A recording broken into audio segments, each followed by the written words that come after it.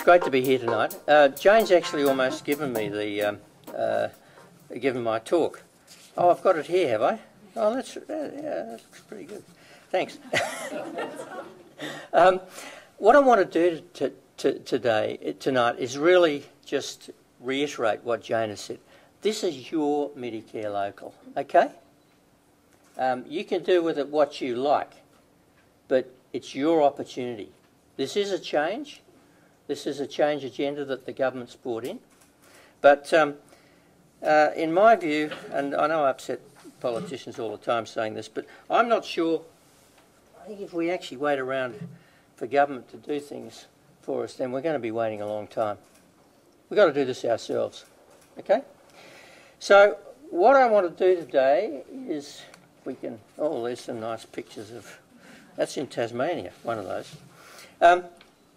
You all know the challenges. The challenges are ageing, their chronic disease, their workforce. How the hell do we get the workforce of the future? I can see Jane, a few years' time, she'll be the Gina Reinhardt of medicine. I can see this coming. We'll be flying in. I'm not sure that's good.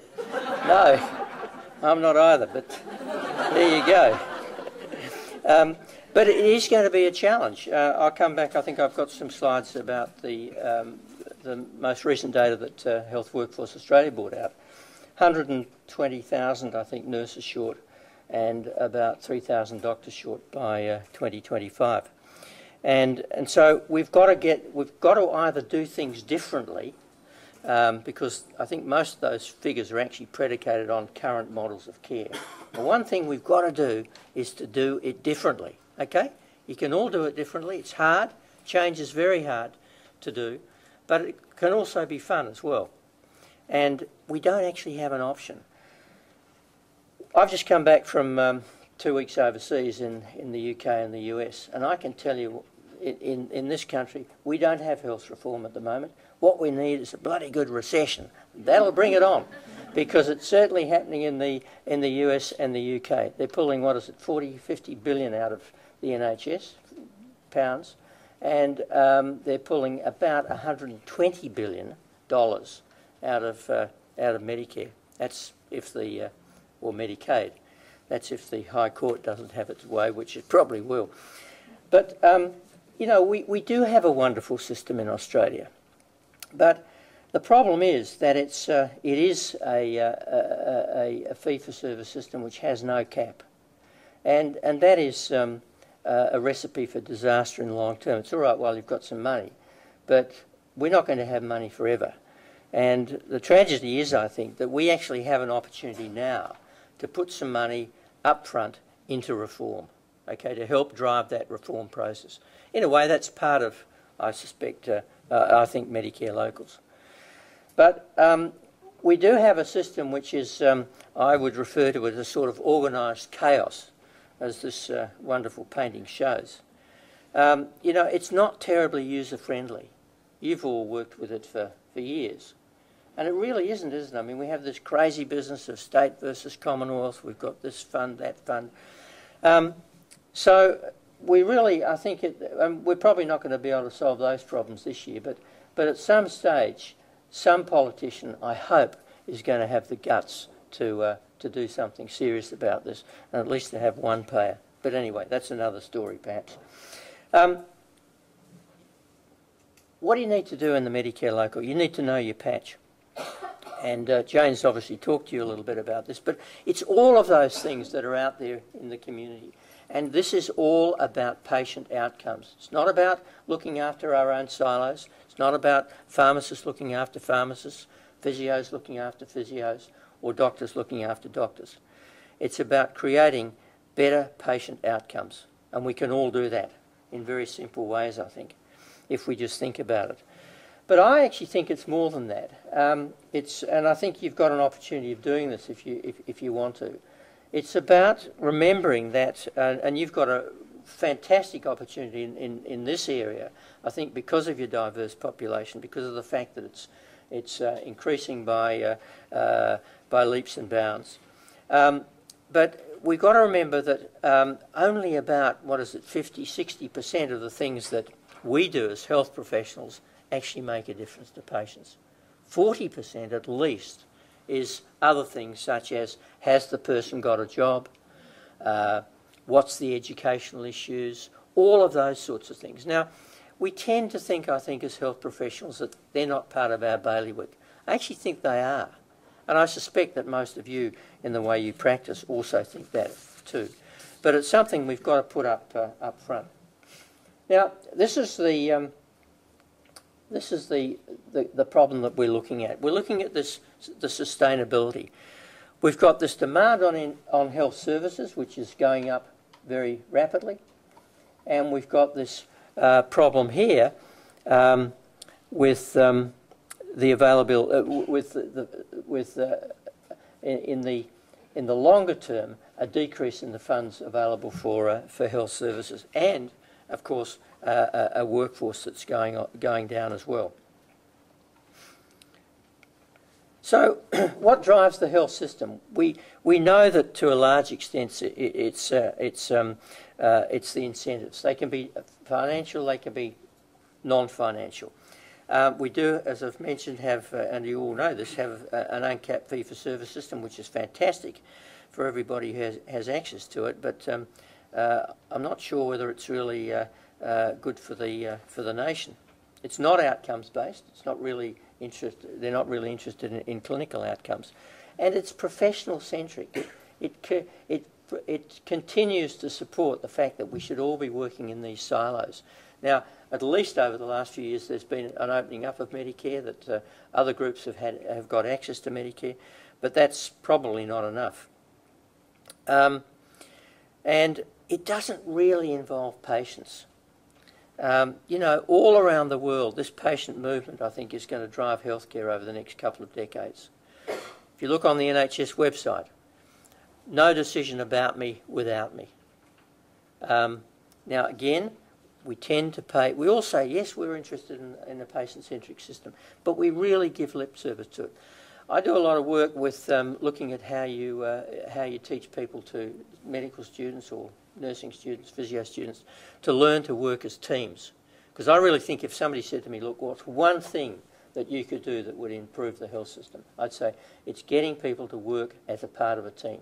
No one in this day and age has the right to stand up and say, I'm an independent practitioner. I'm sorry, and I suspect not all of you will agree with me on that, but it's unethical. We do not work as part of, as individuals. We work as part of teams. Surgeon with anaesthetist, with post-operative nurse, pre-operative nurse, you as general practitioners with pharmacists, with nurses, with physios, etc. All of those sorts of things. So I think the most important thing we should do in medical school is to teach people about interprofessional learning. And the medical school that I'm in and Jane's in doesn't even make it, had a wonderful report saying, yeah, this is fantastic stuff, we all should be doing this, but we don't make it compulsory. Well, there you go. But anyway, that'll change, won't it, Jane? So the other thing is that when you look at where this is going, not quite sure finish, yes, that's all right. Can't quite see the slide. The problem is that the states are spending about 30% of their new spend on health. Now, it's not going to be too long before the Treasurer says, well, hang on, we got to build a new school sometime, or we've got to put a road in here. So this is not going to go on for very long. And it's very interesting. Around the country, Treasurers are waking up to the fact that they need to keep an eye on their health departments, because the health departments are probably not going to fix it themselves. It is pretty much, and the problem is that we're still so hospital focused. You know, you've all heard this you read this in the Age. There's a problem at the Royal Melbourne, or never a problem at Northern Health, is there, Greg? But and I'm sure this wouldn't happen there. But at the Austin, they say, and the doctors say, no problem, we can fix this tomorrow. All we need is more money and more beds. Well, at some stage we've got to stand up against that and say, look, there are other ways of doing things, and you're actually not going to get any more money for new beds. So we come back to the elephant in the room, and it really is, and this is one of Banksy's elephants, that famous street artist from London. But the elephant in the room is, in fact, the finances and how we run the finances. And there are people in this room who know a lot more than I do about financing. Hospital beds. Australia's pretty well bedded, in terms of hospital beds, that is. And I think it's probably better to look at what we might call separations. And you can see there, if you look at the number of procedures that are done in hospital, we're actually well ahead of places like Canada and the US. So they do a lot of things that we currently do in hospitals. They do them outside of hospitals. So again, they're the things that we need to look at and say, are there things that we could be doing differently? And I'll come back to that at the end. There have been some terrific new initiatives, I think, over the last few years in terms of healthcare. Health Workforce Australia has been set up, and I'm not sure whether there's anybody from that auspicious organisation here. I have to be careful because I'm significantly funded by Health Workforce Australia, so until I've signed the last contract, I don't want to say too much against them. But they have got a lot of money, $1.4 billion. They have got a lot of staff, but they have done some interesting things, I think. They've put out a number of reports, which is also always very important. And some of those reports are quite interesting. They've looked at some people call it task shifting, people call it role delineation, role expansion. I actually think for many people in the health system, looking at seeing if you can get somebody else to do your job or do bits of your job, probably not the whole of your job because you then might have a problem, but if you can get somebody else to do bits of your job, I actually think of it as liberation. It liberates you, the general practitioner or the doctor or the nurse, to do things that you're really trained to do. In terms of medicine, I think one of the things that doctors do well is the uncertainty of medicine. You know, it's a bit different from driving a plane. And I know that the Quality and Safety Agenda or group have a lot of analogies to flights and, you know, simulation and all that sort of stuff. But, you know, when you're driving a plane, if you push the stick forward, it goes down. If you pull it back, it goes up. If it doesn't do that, then you've got to check your maintenance contract fairly quickly. But seriously, medicine's a bit different. You know, when you give somebody an antihypertensive agent, probably the blood pressure is going to go down 95% of the time. But 5% of the time it doesn't. And you and I both know that the good doctor often knows before you even give the patient the drug that something's going to happen. You've got a warm feeling somewhere or a cold feeling somewhere that something's not quite right. And you often can't explain it even in scientific grounds. Some of us would say the art of medicine or something like that. But I actually think there is an art of medicine, and to a certain extent I think we've probably lost it. But anyway, that's for another talk. There have been government initiatives in aged care, the most recent ones. Again, I think it's going to be interesting to see how those play out, and of course the primary care initiatives. The numbers on the most recent report from HWA, 425 pages, I think. If you want to have a look at it on their website, 107,000 nurses short and nearly 3,000 doctors short by 2025. Now, this is a group that is aimed at having a sustainable health workforce by 2025. Now, something's gone wrong already, unless we're going to get a few of those jumbo jets and Jane Reinhardt running them. Clinical placements, looking at the how we might train health professionals, and I think we've really got to get serious about training people outside the major hospitals. It's silly. It's silly, I think, doing so much of our training still at places like the Royal Melbourne Hospital, which is so super specialised now. You know, where are the patients? They're out there in primary care. They're out there in the smaller hospitals. They're out there in aged care facilities. Why the hell can't we use those as training places?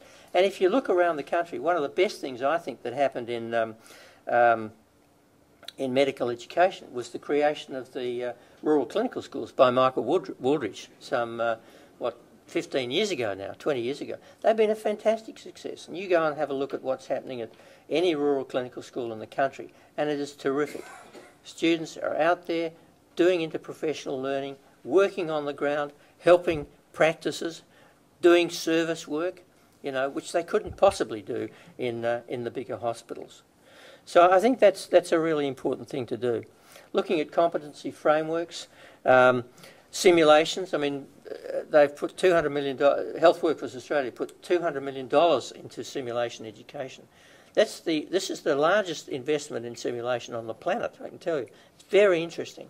Now, we're still gathering evidence as to whether it really works or not, but I actually think it is. I think it's a very interesting technique. But it is only a technique. We've all done simulation for yonks. You know, simulation is role-playing, trained patients, all of that sort of stuff. It doesn't have to be your $1 million atom or whatever. You know, a lot of it is very low-key. In fact, the best simulation I think that I've ever seen was something that I saw last year in Sydney put on by some UTS psychologists, and it was about giving bad news. And I can tell you, it was a patient who had come into hospital for a routine colonoscopy, 43 years old, died on the table, had an anaphylactic shock to the anaesthetic, and the doctor had to give the bad news to his wife when she comes in at lunchtime. And after the first 3 minutes, she actually says to him, "Oh, you mean he's dead?" Because it's the old thing, you know, shuffling around, not really giving the bad news. Then they go through how you do it properly. But those things, see, a student seeing that can replay it and replay it. They can role-play it themselves on each other, and they do it until they get it right. Because those things are so fundamental, I think, to the way we practice medicine. Then the other thing that our group's doing at the moment is actually looking at the carer workforce out there. 2.3 million of them. Most of them are actually not being paid, and I know many of them will work with you folk. But they're again a workforce that we need to look at. This is where healthcare is going. Okay, we've been through this bit up here, the industrial age medicine. We're now into the information age medicine down here, and this is where the pyramid is really upended. It's where we've got to look much more at individual self-care. We've got to look at professionals as partners, as facilitators, and as authorities, down here at the pointy end. But this big base up here of how we get things into patients, how we get patients doing more things. The challenges. How do we keep patients out of hospital? How do we engage patients in the community in their care? Again, things that you can do through the Medicare Local. How do we do things, how can we get things, what do we do that could be done by others? You know, every morning you should wake up and ask yourself, what did I do yesterday that could have been done by somebody else well trained? And how do we make teams work? But it's also, I think, about using the new technology. I mean, technology is fantastic. I've got one of these things. Most of you have too. Now, what I should have done when I bought this is go on sabbatical for about 6 months and learn how to use it. But, you know, I reckon I used probably 5 or 10% of it. And yet, you know, it is so powerful. And it won't be long before I can press the little button there and have a simulation of the diabetic clinic at the Royal Melbourne Hospital coming up in front of me. So as a learning exercise, that's terrific. A mate of mine in the States tells me that there's an ultrasound app you can get now. So it won't be too long before I can put this, you know, when my cardiologist is in Zurich skiing, I can get a bit of chest pain, ring him up and say, look, I'll just put my phone over my heart, and he'll be able to tell me that it's all right. Now, this is reality. Now, of course, the next thing you have to say is that, of course, the nurse could put that over your heart. Couldn't she, doctor? And then, of course, the next thing is, well, the patient can as well, which is what I'm doing. So you cut everybody out. So we might make ourselves redundant. But seriously, I mean, using those sorts of things, people run their diabetic clinics where they have all their patients plugged into this with their HbA1cs, their weight, their pedometers, and I gather also there's an app that you can put a lock on the fridge as well if they're putting on too much weight. But seriously, I mean, they're the sorts of things that we need to know how to use. I think monitoring patients, monitoring the environment is something that we really need to be serious about. How do we use these in aged care facilities? You know, how do we stop patients being referred to hospital from aged care facilities? And it is, some of that I think is very much about role expansion. So, the change agenda, I know you've heard all this before, but I'll say it to you again. It is here to stay, it's not going to go away. Change is the only thing that's permanent, that and taxes. And I think death, I guess, as well. And that's becoming impermanent now, isn't it, almost? Change can be fun as well, but it is challenging. But it is about creating a better system for us, for our kids, for our community, and for Australia. Stand up for Australia. That's how we're plugged in nowadays, with all of these sort of apps. And this is only the start. And this person, as you can see, is really wired up. So remember, tomorrow is the first day of the rest of your life. So ask yourself when you get up tomorrow morning, what did I do yesterday that could have been done by somebody else, well trained? How can I prevent, when you're seeing a patient tomorrow, how can I prevent this referral or hospital admission? And what could I have done to either prevent this disease or to stop this exacerbation? Now, if you go through those three questions every time you see a patient, you'll make a difference.